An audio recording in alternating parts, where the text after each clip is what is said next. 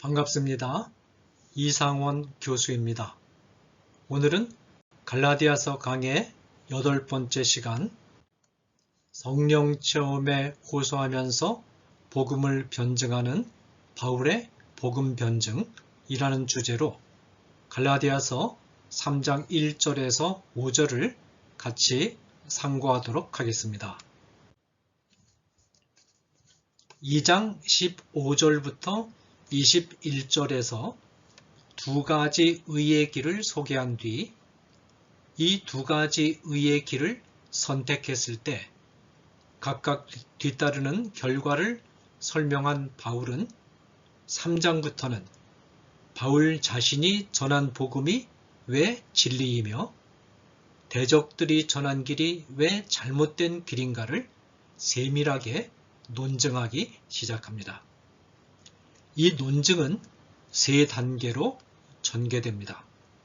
첫 단계는 갈라디아서 교회 성도들의 성령 체험에 호소하는 논증으로서 3장 1절에서 5절에 있고, 둘째 단계는 구약 성경에 호소하는 논증으로서 3장 6절에서 14절에 있고, 세 번째 단계는 언약에 호소하는 논증으로서 3장 15절에서 18절에 있습니다.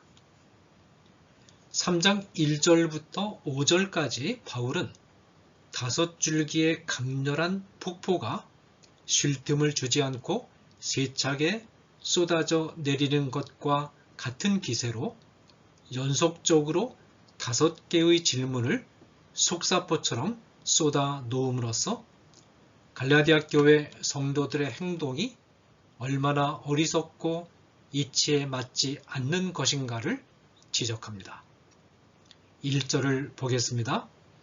어리석도다 갈라디아 사람들아, 예수 그리스도께서 십자가에 못 박히신 것이 너희 눈앞에 밝히 보이거늘 누가 너희를 꾀더냐. 바울은 갈라디아서에서 비로소 처음으로 갈라디아 교회 성도들을 호명하면서 이들이 어리석다고 볼 수밖에 없는 이유들을 질문의 형식을 빌려서 지적합니다. 바울은 질문만 던지고 답변은 하지 않습니다. 왜냐하면 그 답변은 너무나 자명한 것이었기 때문입니다. 바울이 첫 번째로 지적한 것은 예수 그리스도께서 십자가에 못 박히신 것이 갈라디아 교회 성도들의 눈앞에 밝히 보인다는 것입니다. 눈앞에 밝히 보인다는 표현은 커다란 플래카드나 현수막에다가 크게 그려서 군중들 앞에 걸어놓은 광경을 묘사한 것입니다. 갈라디아 교회 성도들에게 그리스도께서 죄를 대속하시기 위하여 십자가 위에서 죽으신 죽음이 마치 플래카드에 그려진 그림처럼 선명하고 확실하게 소개되었습니다. 이 말은 바울이 갈라디아 교인들과 함께 있을 때 그 정도로 분명하고 확실하게 십자가의 복음을 전했다는 뜻입니다. 그것을 너무나도 잘 알고 있을 갈라디아 교회 성도들이 복음의 내용에 대하여 오해를 가진다는 그것은 말이 되지 않는다는 것입니다. 2절에서 바울은 계속해서 질문을 쏟아 놓습니다. 내가 너희에게서 다만 이것을 알려 하노니, 바울은 딱 한 가지만 물어보자 라고 운을 뗍니다. 이 한 가지만 생각해 보더라도 사태는 자명해진다는 것이죠. 너희가 성령을 받은 것이 율법의 행위로냐 혹은 듣고 믿음으로냐.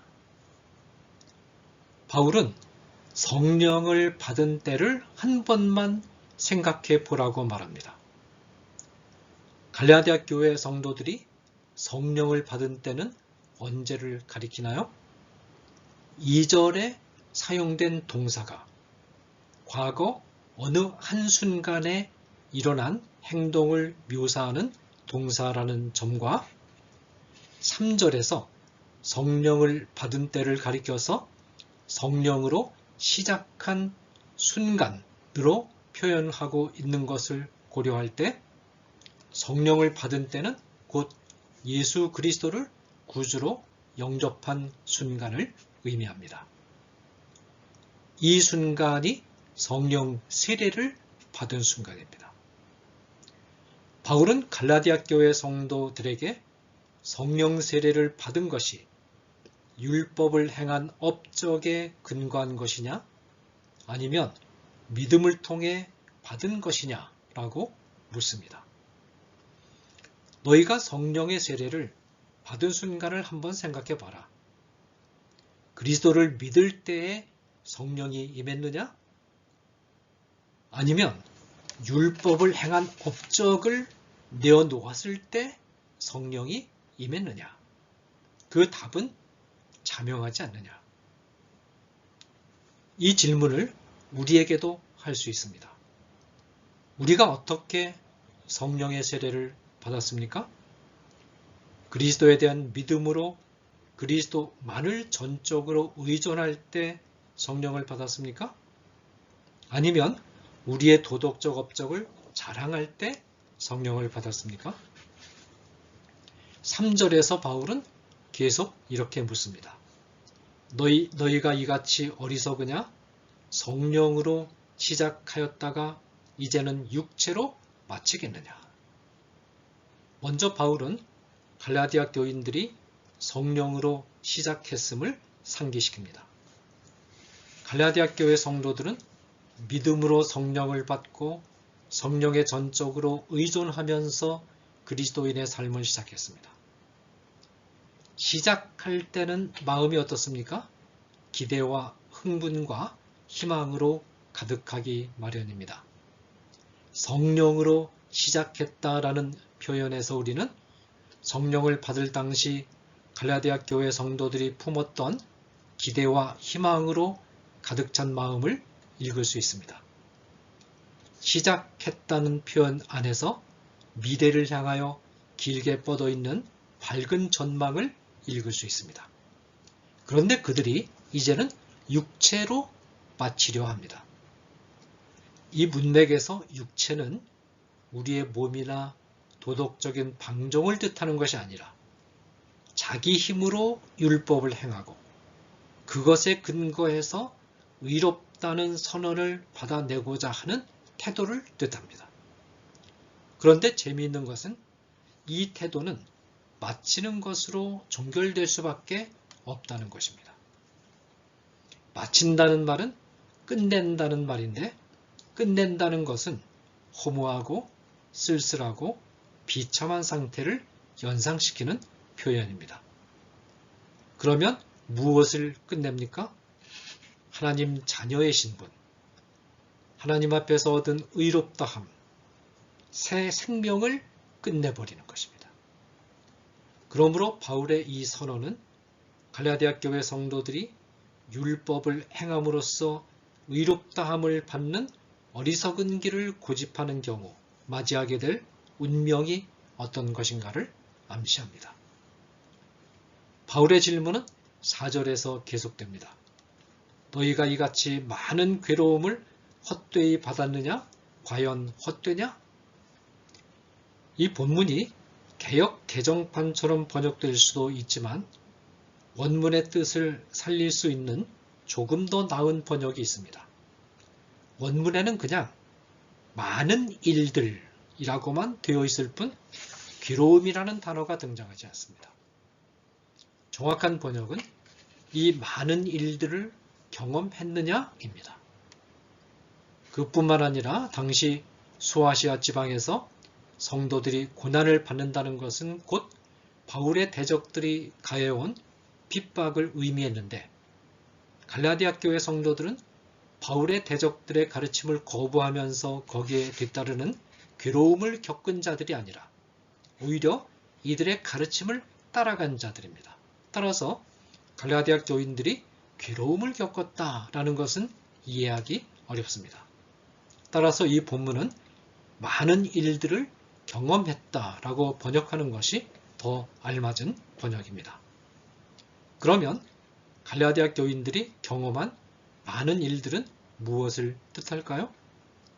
우리는 3장 2절에서 5절까지 해서 바울이 계속해서 성령을 매개로 하여 논증하고 있다는 점에 주목할 필요가 있습니다. 2절, 3절, 5절이 모두 성령에 관하여 언급하고 있는 것을 볼 때 4절에 있는 많은 일들이 성령에 관한 일들이라는 추측을 할 수 있습니다. 이 해석은 충분한 성경적인 뒷받침을 받습니다. 갈라디아 교회 성도들은 성령에 관련된 많은 체험을 한 사람들입니다. 이 사실은 사도행전 4장의 14장에 잘 기록되어 있습니다. 사도행전 14장은 바울이 1차 선교 여행 시에 갈라디아 지방에 있는 도시들을 방문하면서 전도 활동을 한 기록을 보도하고 있습니다. 이고니온이라는 도시에 들어간 바울과 바나바는 주의 손을 힘입어 표적과 기사를 행했습니다. 사도행전 14장 3절.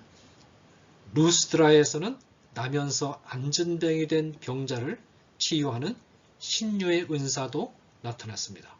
사도행전 14장 8절에서 10절.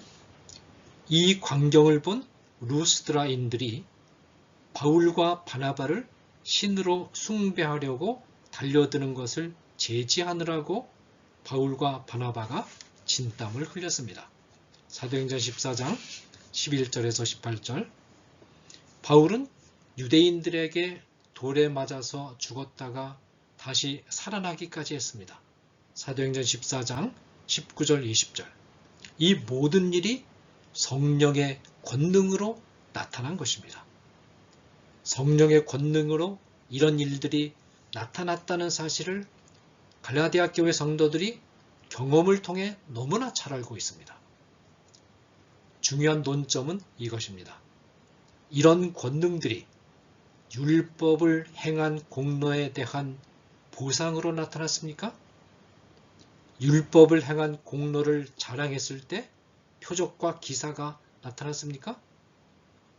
바울과 바나바가 안전뱅이를 일으켜준 것이 율법을 행한 공로 때문입니까? 그 대답은 너무나 분명하지 않습니까?